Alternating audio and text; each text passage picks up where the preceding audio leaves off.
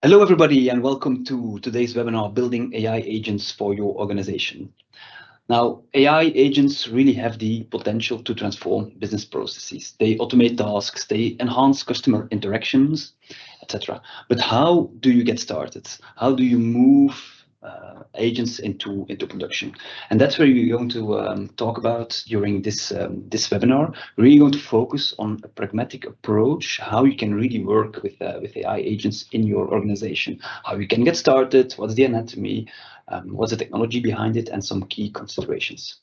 Now, for this, we have two experts lined up. We have Gillian Verstraeten, who is the application lead at Codit, and there is Pieter Vierstraeten, who is really the AI pre-sales engineer. So both of them, they really have hands-on experience when it comes to building and deploying AI agents. So you're in the best virtual hands that we could get. Now, a practical thing, should you have any questions during this webinar, you can use the Q&A tool, and Peter and Gillian will answer those questions at the end of this webinar. And with that, let's get started. Gillian, Peter, over to you guys. Thank you. Good morning, everyone. So I'm Gillian Verstraeten. I'm an application domain lead at Codit, and I'm going to tell you a little bit more about AI agents. First of all, we are going to discuss the evolution of GenAI to agents, and then we're going to go a little bit more practical. What can agents do for you? And on top of that, agents can also leverage from other AI services, and that's what we're going to highlight in the third section.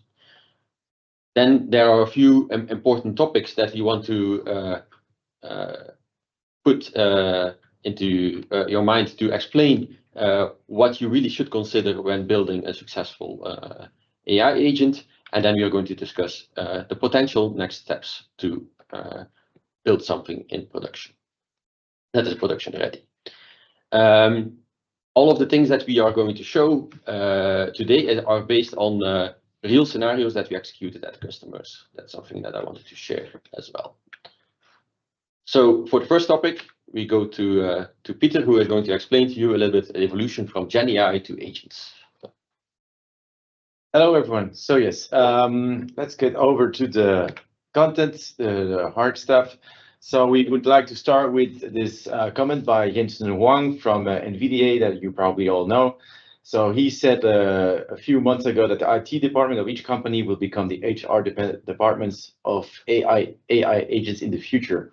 Why does he say that? He says that because HR companies, as you know, in each company are there basically so that the workforce, the employees can work as effectively and have the highest productivity possible. Well, tomorrow with the AI agents revolution that's coming over us at a real great speed, IT departments will have to do the same. They will be responsible of having the agents who are most productive possible, to have them working correctly with humans, to be sure that they work as expected, and so forth and so on. So this is really a revolution that's coming over to us, and that is going to be embedded in every operations of our organizations. Here a little bit to give you an idea of how big we expect this wave of AI agents is going to impact us. Here you see today we have a $5.7 billion US dollars worldwide market for AI agents, and this is expected to grow at a 45% compounded annual growth rate per year. So this is going to do times 10 by 2030.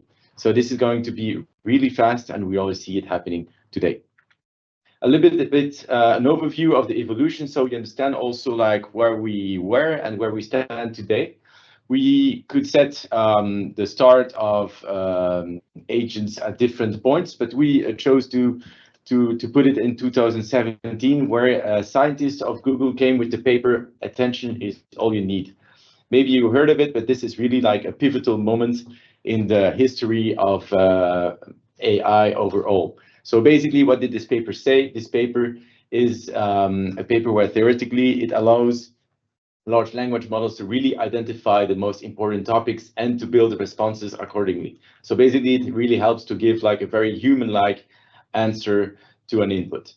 The next step then is ChatGPT 3.5, which appeared in November 2022.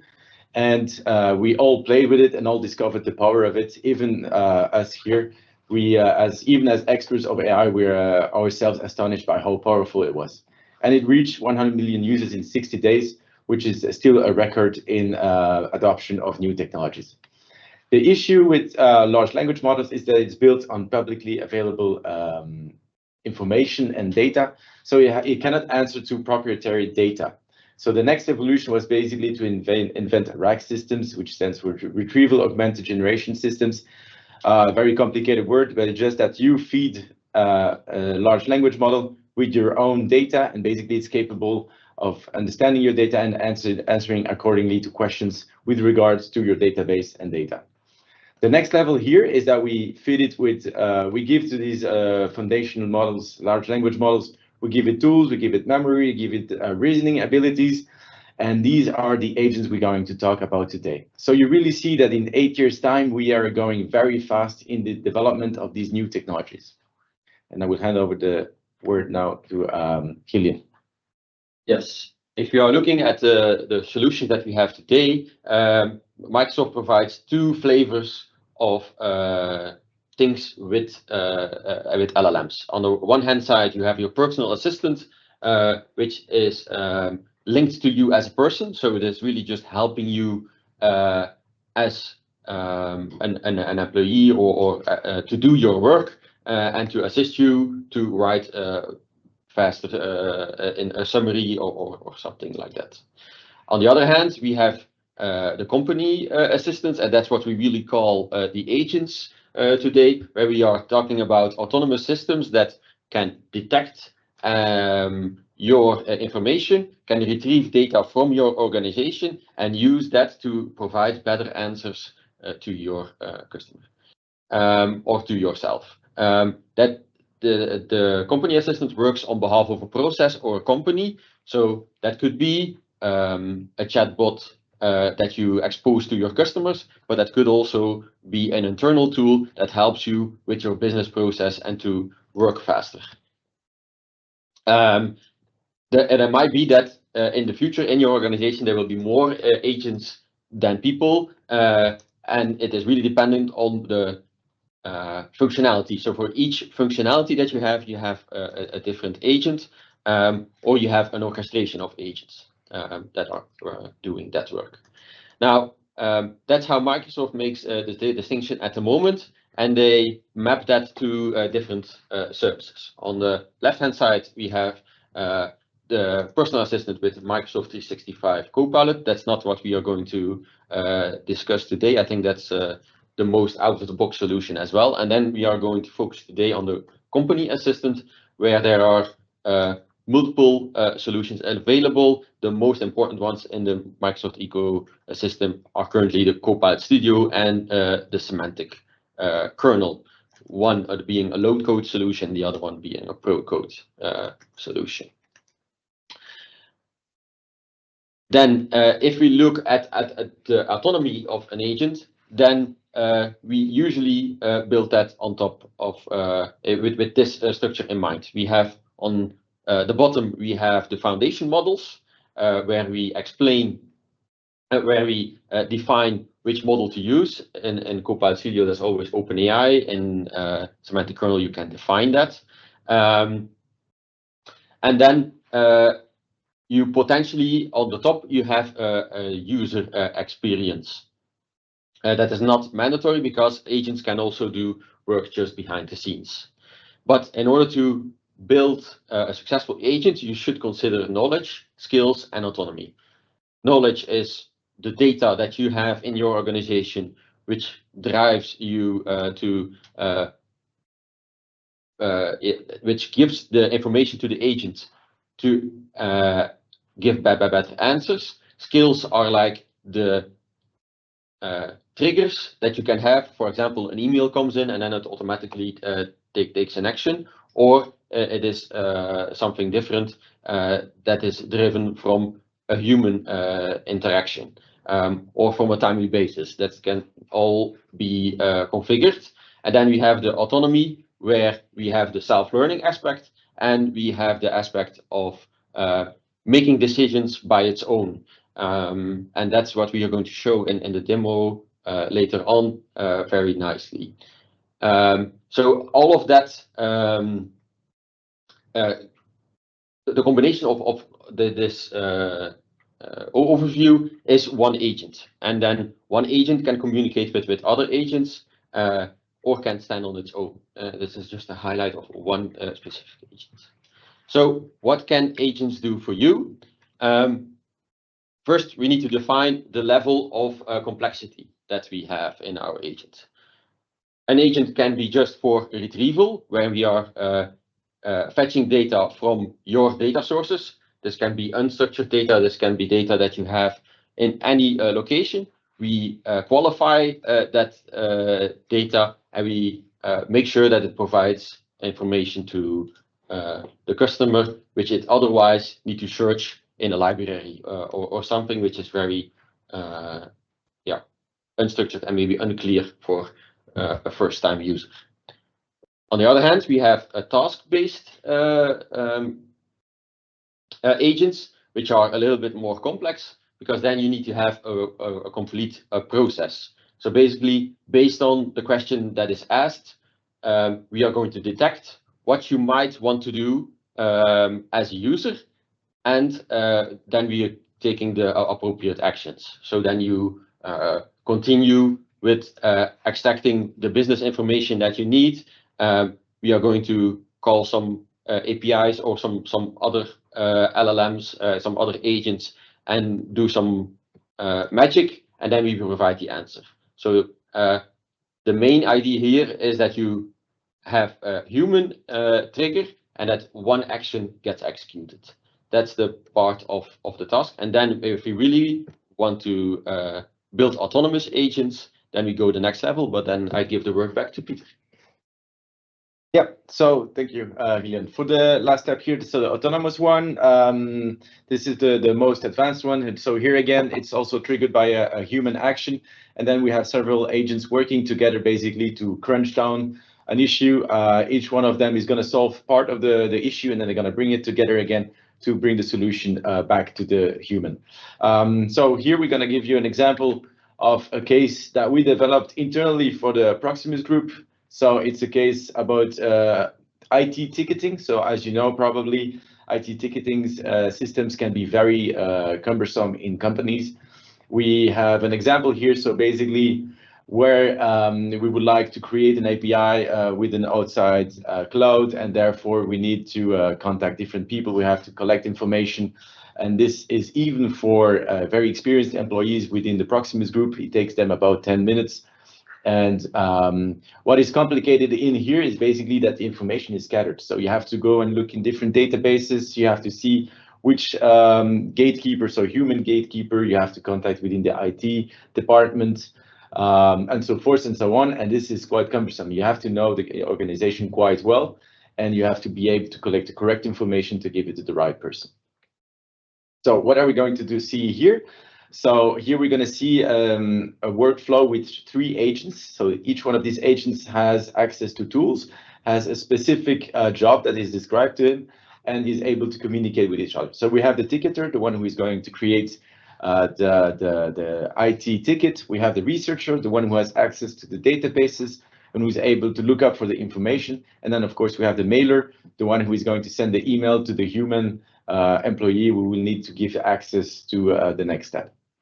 Without going too much into detail, here is the human input basically that will trigger the workflow. So what can we see here? It's quite specific. It's about registering an API. We highlighted in red maybe the stuff just for you that you should keep in mind. The name of the connection that wants to be created and the ID of the project. And then there's more information below about exactly specifically what needs to be put in there. Very technical. So this is done by a human. This is the action that is triggered, that is given to the agent system that you see here below, and that will trigger it. We have here a demo of the trigger. So first you could see the input that was given by the human. We had to blur some of the parts. Sorry for that, because it's internal processes and also names of real people. But interesting to see here is that everything's happening automatically. You see that the researcher is collecting information, gets the answer. He will then check if he has enough information. And he will, once he considers he has enough information, he will transfer this again to the ticketer. The ticketer will create the API gateway or the IT request, sorry, and then send this again to the mailer, considering he has enough information, so that the mailer can send the mail to the human that needs to give access. And here is something interesting. The mailer sees that he doesn't have the email and then requests again the researchers to find the correct information. Because it's a blur, of course, you can't see it that well. But here, basically, we put in visually how the whole process that happened here. So on the left-hand side, you see we gave the input in gray, and then we have the ticketer, the researcher, and the mailer. And you can see every dot here is an action that was taken. So first there was a transfer to the researcher. The researcher looked in his databases. Interesting to see here, he had a moment where he took the action to think. So he basically listed down all the information he had. He considered he had enough, brought it to the ticketer. He created a ticket, brought it to the mail, and then the mailer. And as I said, the mailer that was back and forth with the researcher. And then at the end, the mailer sends the email and waits for 1 day for the human to answer. So this whole process is 13 steps that were taken. And at the end, they go into sleep and they wait. And 24 hours later, they will wake up again to see if they got the email from the human. So this whole process takes 10 minutes for a human. Here, the whole video was 45 seconds. So this is basically 14 times faster that we were able to complete these cumbersome actions. So here you can really see the impact that this can have on the operations of a company. Yes. So if we translate that to technical services, then we have on the left-hand side, as we already discussed, the out-of-the-box AI, the Copilot chat being the freeware, the Copilot being the paid version where you have more possibilities. But the next step is the composable AI, where we are really going to leverage Copilot Studio or the Pro-Code solutions with Semantic Kernel or LangChain or anything else. It is hard to make a distinction between the two because the AI world is really fast evolving situation. But at the moment, to give you some insights, Copilot Studio provides you with the user interface. But for example, if you want to change the color of the chatbot, then you are already stuck. Copilot Studio does provide Facebook integration out of the box, which you don't have in the Pro-Code solutions. But the Pro-Code solutions allow you to define your access management as you want to have it. And especially if you want to have something different than an Entra being connected, then the Pro-Code solutions are really a benefit on that. Copilot Studio also focuses really on OpenAI. Microsoft and OpenAI are big friends. But the Pro-Code solutions allow you to connect to any large language model that you might have, as we can use AI Foundry. And then after that, you can also go next level and you can build your own AI model. And what that means is that if a foundation model that is out there in the public is not sufficient for your use case, because you want to process data which is unstructured or which is specific for a lab or for visualizations, then we can build also within Codit our own AI, and you can build your own foundation model. Of course, there is a longer time to market if you want to build that, but you are more tailored and you have a bigger differentiation compared to the competitors. So that's the overall view of the tools that you can use and where we need to define and where to fit your agents. So if we go beyond agents, we want to spark you with some ideas what agents can also leverage. Agents is really focused on the Gen AI part, but tools that Microsoft already has available for AI can be also interesting to infuse your Gen AI solutions. For example, document intelligence allows you to transform documents into other formats so they are better understandable for your Gen AI solutions. In your process, it could be, based on the example before, that one tool wants to, or one agent needs to have access to one specific data source, and then it can use this document intelligence to enrich that data. Another example is a translation service, which we also used at a customer, where the translations need to be very specific to the role of the employee. And it could be that if you are in a legal role, that the sentences that are built are specific for that kind of documents. And then you can assign a glossary to that, and you can combine the fact that the user is asking a question and it is returning really with the words defined by your company towards the customer.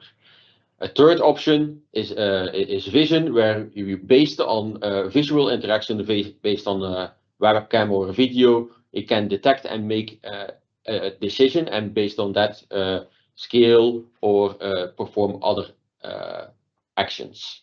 So these are some examples of things that AI can do for you, which can help you in your journey on AI agents. Now, there's also a part of AI governance and AI management. You can build your solutions, but you need to build a robust solutions. And one example of that is using an AI gateway. This is not the entire part of the story, but for the matter of time, we highlighted this one.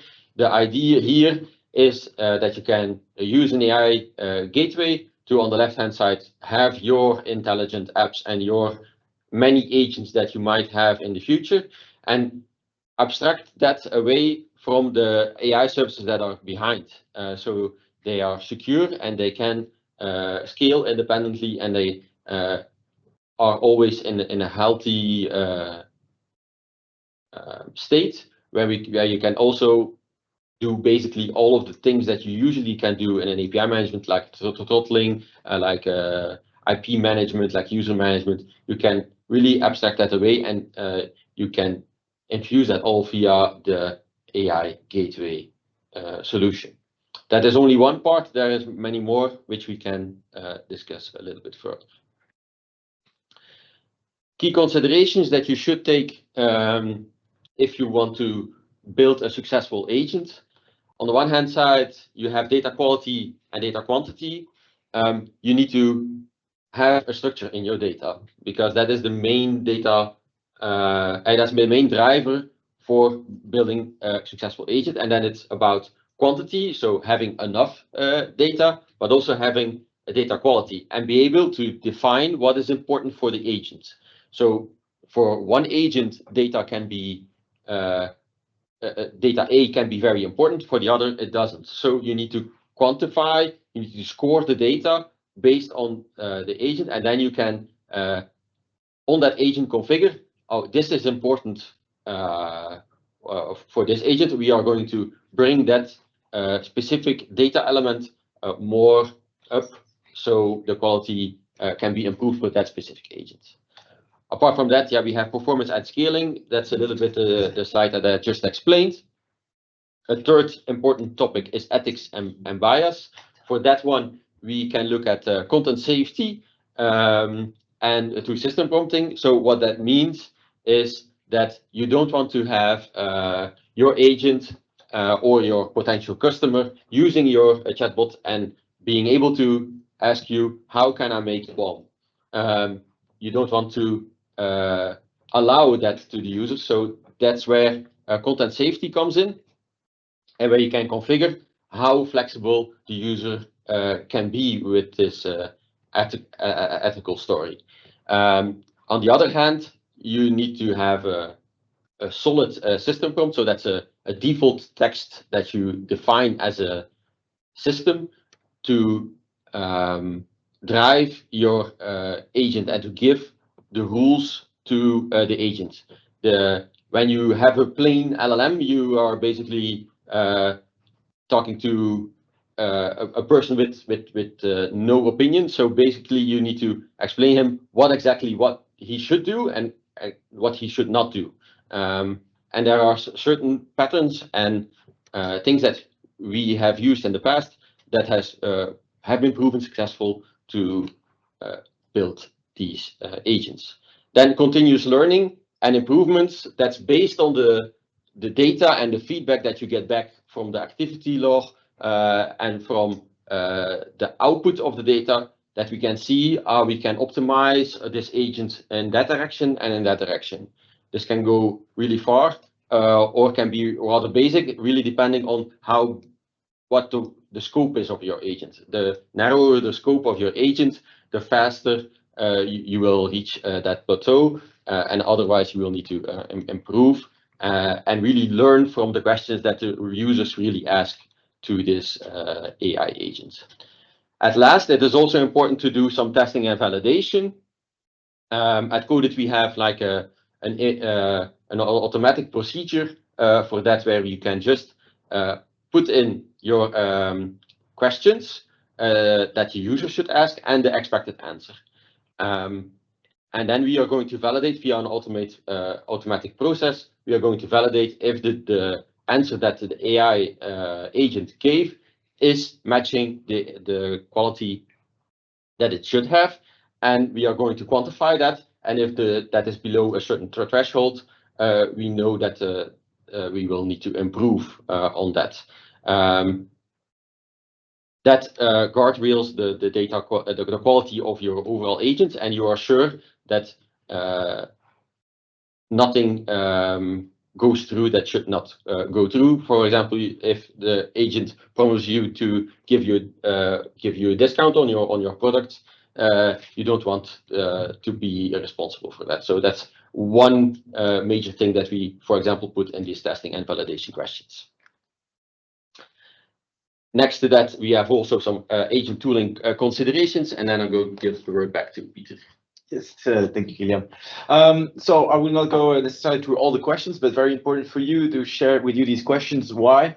Because basically, if we work with you, we are the AI agents experts, but you are the business experts. And AI agents, maybe as you understood, is totally embedded in your business, and therefore we really need to work hand in hand. It's not like that we come once, shoot and go by way of speaking, that we come at your offices, install it, and off we go. No, we need to work together because this is something that's working continuously with you. As also, if I refer back to that first slide with Jensen Huang, it's going to be the IT is going to be the HR department for agents. So basically, you need to follow up how they work, and you need to follow up maintain it, and so forth and so on. So basically, if you do the analogy with the garage, you bring your car to the garage, the mechanic repairs your car, and off you go. Here, this is different. You will have to look with us under the hood what is needed from a business side, and then we can implement it together with you. So that's why we thought it's really important to share these questions with you, because if we work together, these will be the first questions I will ask you. Yes, and that brings me to the first point of my next slide. So the way that we usually introduce these AI applications is with co-creation workshops, where the questions that Peter just proposed to you are basically the part of the pre-work, where you are going to define what is important for my company. And then you really should look at the roles and responsibilities that you have in your company and the boring tasks that the people are doing, which can be optimized. Then we go in first in an envisioning workshop, where we're going to let you spark some more ideas. Based on that, we are going to define which ones are probably most useful and can be delivered in an efficient way based on some parameters that we have defined. And then in the architecting part, we are going to discuss for the top agents that we have selected or how we should work with that. And then a part that is very important, of course, is the data collection, how we are going to architect it to the solution, which LLM should we use, and so forth. At the next step, we are going to do some prototyping just to showcase you how this would work based on the envisioning and the architecture defined topics. So that's really working on your data and on the agent that you want to build. And once you have a prototype, then we can look further and we can start building your agent that is really production ready and doesn't make any mistakes anymore, where all of the topics that we just discussed are also being covered. That's what we wanted to discuss today. I don't know if there are any questions.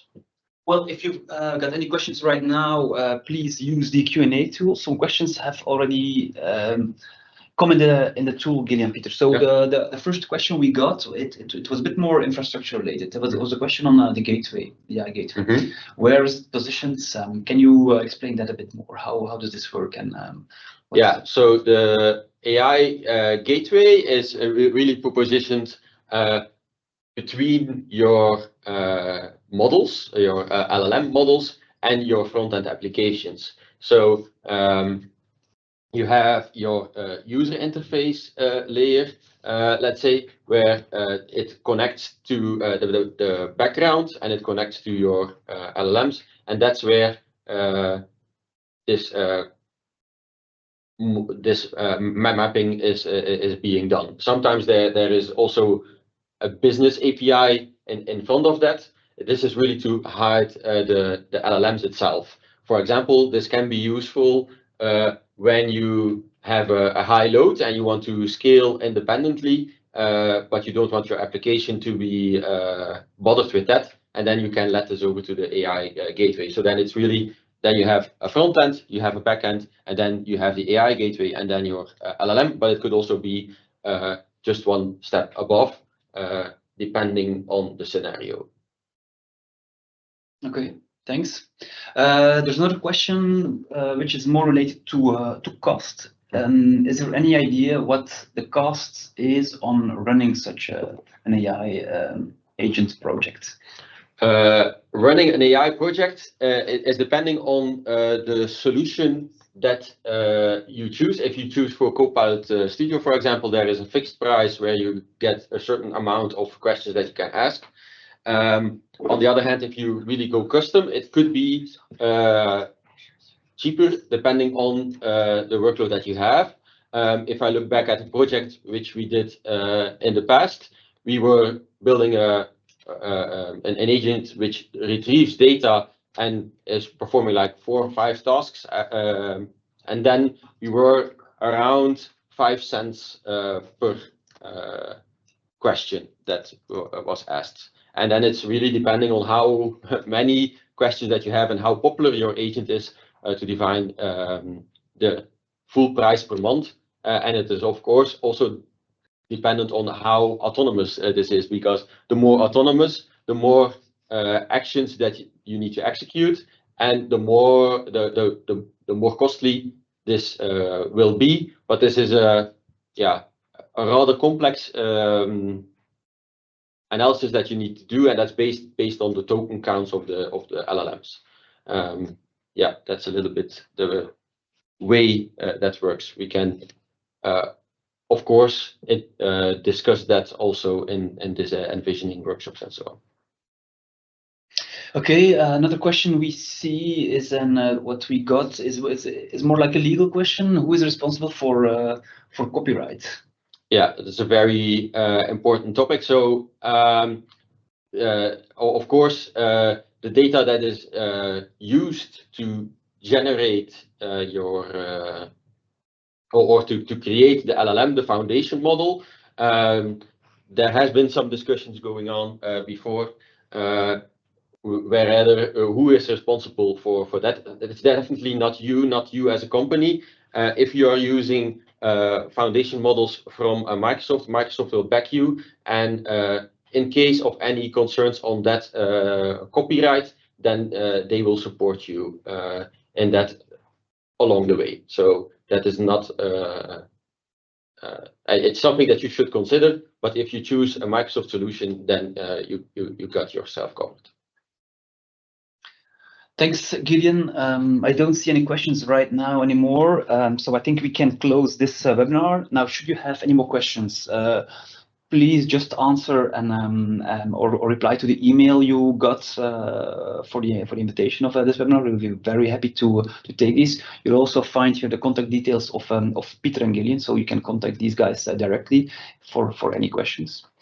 With that, I would like to thank you for attending this webinar. Thank you, Peter and Gideon, for sharing your insights, and enjoy the rest of your day.